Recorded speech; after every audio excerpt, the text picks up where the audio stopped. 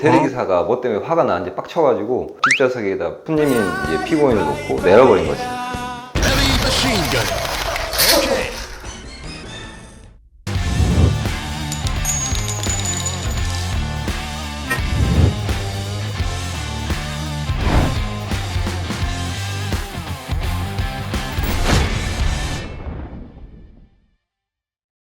이것도 좀 뭐 들을 만한 가치가 있는 얘기다. 이 사건의 이제 사실관계를 놓고 보면은 이게 음주운전 사건이란 말이에요. 이 사람이 벌금 약식 명령을 받고 난 억울하다 하고 이제 정치재판 청구를 한 거예요. 근데 그 정치재판 청구에서 이 피고인이 음주운전을 했는데 무죄가 나왔어. 좀 특이한 사례죠. 피고인은 2020년 5월 20일에 벌금 800만 원의 약식 명령을 받고 음주운전으로 처벌받은 전력이 있고 21년도에 사실관계가 어떻게 되냐. 24년 3월 13일 12시 30분경 주차장 차단기에서 보통 지하주차장이나 이런 데 보면은 나오는데 정산소가 있잖아요. 정산소에 뭐 차단기가 있고 거기에서 나오는 출구에 있는 도로까지 한 10m 정도로 운전을 했는데 그게 걸린 거야. 그래서 음주 측정을 해보니까 0.148이 나왔다 이거예요. 그래서 형사처벌 받았어. 약식명령을 받은 건데 대략적인 사실관계는 그런 거고 조금 더 이제 구체적으로 얘기를 해보면은 술을 먹고 이제 대리기사를 불러서 대리기사가 왔어요. 지하주차장에서 나가려면 정산기가 있잖아요. 거기에서 이제 결제를 하고 나가야 되는데 이 결제를 하는 과정에서 대리기사랑 시비가 붙은 거야. 이 피고인이. 그래가지고 대리기사는 피고인을 뒷좌석에 채운 채 피고인 차량에 대한 운전을 시작했는데 차단기 앞에서 주차요금의 지불 등으로 시비가 붙어서 3월 12일 11시 45분경 피고인 차량에서 내려버렸다 이거예요. 뭐 때문에 시비가 붙은지까지는 안 나와요. 판결문에는. 흔한 일이잖아요. 사실 대리기사랑 술 취한 사람들이 막 시비 붙고 하는 일들이 아마 뭐 카드를 줬는데 그 카드가 안 됐다든지 아니면 대리기사 보고 너가 먼저 결제라고 했다든지 뭐 아마 이제 그 중에 그런 사소한 내용이었을 것 같은데 어찌됐건 이제 대리기사가 뭐 때문에 화가 나는지 빡쳐가지고 차단기에서 이제 결제를 안 한 상태에서 내려버린 거야. 근데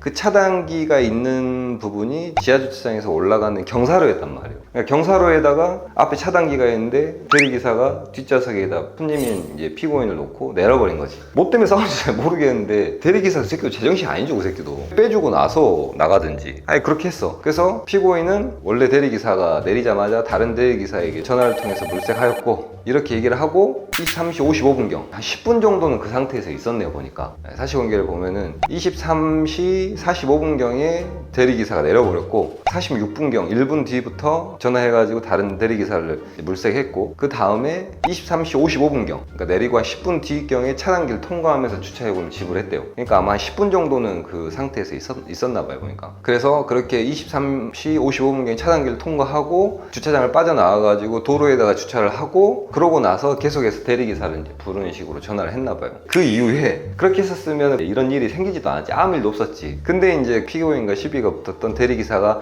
신고를 한 거야. 경찰에다가. 야 이 새끼야.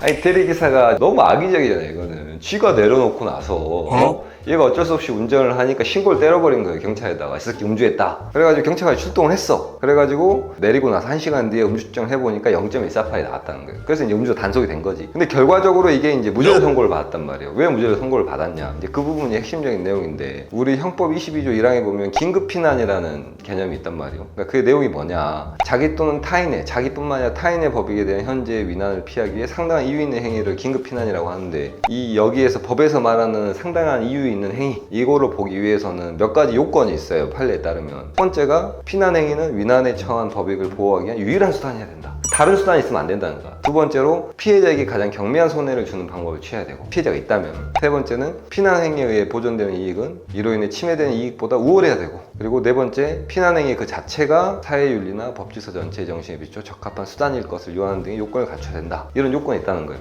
내가 뭐 긴급 피난하기 위해서 옆에 있는 사람 이러거나 이런 건 안 된다 이거지. 이런 그 법리하에서 법원에서 보니까 10m 정도 이렇게 운행한 게 긴급 피난에 해당해서 위법성이 조각된다. 그러니까 위법성이 조각된다는 거는 이 음주운전은 맞지만 위법하지는 않다. 긴급 피난에 해당하기 때문에 이런 의미예요. 위법성이 없어진다 이런 취지예요. 만약에 긴급 피난에 해당하지 않는다 하더라도 과잉 피난의 위법성이 조각된다고 범위 상당하다. 이렇게 판단을 한 거예요. 그 이유가 뭐냐? 이게 경사로였다 이거야. 첫 번째는 대리기사가 이탈을 한 그 차량이 위치했던 장소가 경사로 경사로에 위치해 있었고, 그리고 대리기사는 이와 같은 경사구간에 차량을 그대로 둔 채 이탈을 해버렸고, 그런 상태에서 경사로에 있었기 때문에 차량을 계속 그와 같은 상태에서 정차할 경우 차량이 미끌림 등으로 인한 피고인의 신체에 대한 피해 내지 차량, 건물 등에 대한 물적 피해 등이 우려되는 상황이었고, 후행 차량과의 충돌도 우려되는 상황이었던 점. 그러니까 주차장 차단기 앞에서 경사로에서 차를 이렇게 버리고 가버렸으니까 뒤에서 차가 올 수도 있고 차가 뭐 미끄러질 수도 있었다, 이제 이런 얘기예요. 그와 같은 상황에서 피고인이 차량을 운전하여 경사구간을 빠져나가는 것이 필요했고, 그리고 운행한 거리가 10m밖에 안 됐고, 얘가 운전을 해가지고 집까지 갔으면 모르겠는데 경사로만 벗어나가지고 바로 앞에다 차를 세워놓은 거죠. 그러고 나서 대리기사를 부른 거고. 그래서 이 사건 범행으로 인해 보존되는 피고인의 신체, 차량, 또 건물 등에 대한 위해를 방지할 법익은 이 사건, 그러니까 음주운전으로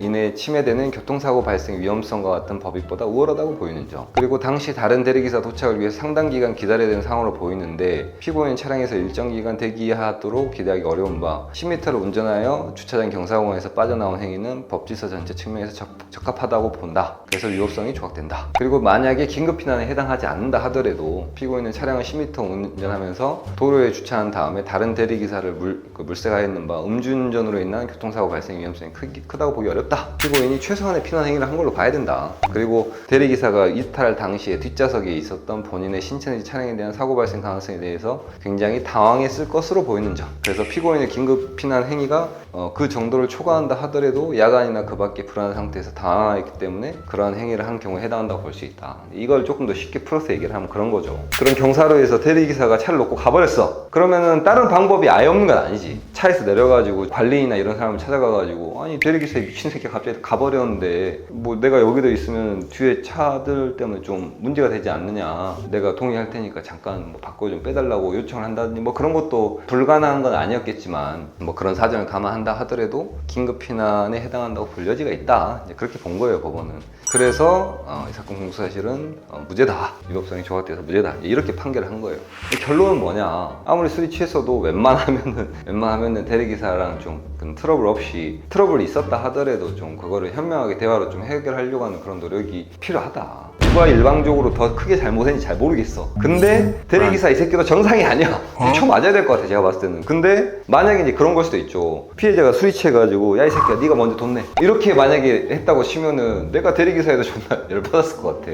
야 카드 없으니까 네가 먼저 내, 그러면서 막 그런 식으로 싸가지 없게 얘기했다고 하면은 이해가 되지만, 사실 사실관계를 모르니까 그렇게 얘기할 수 없지만, 만약에 그런 문제가 있었다고 하면은 차를 후진해가지고 그럼 다시 주차장에다가 갖다 놓고 가든지, 충분히 그럴 수도 있었던 거 아니야 다시. 그래요. 이게 세 번째 영상이고, 앞으로 계속 재밌고 조금 도움이 되고 알면은 유익할 만한 그런 거를 찾아서 빠따도 좀 치고 그렇게 하겠습니다. 총 한번 소개시켜요. 총? Okay. 제가 이 총을 사오니까 제 아들이 지 건 줄 알고 너무 좋아했었는데 제가 뺏어왔습니다. Okay. 총 쏴고. Wow. 또 다음 재밌는 사건으로 찾아오도록 하겠습니다. 봐주셔서 감사합니다.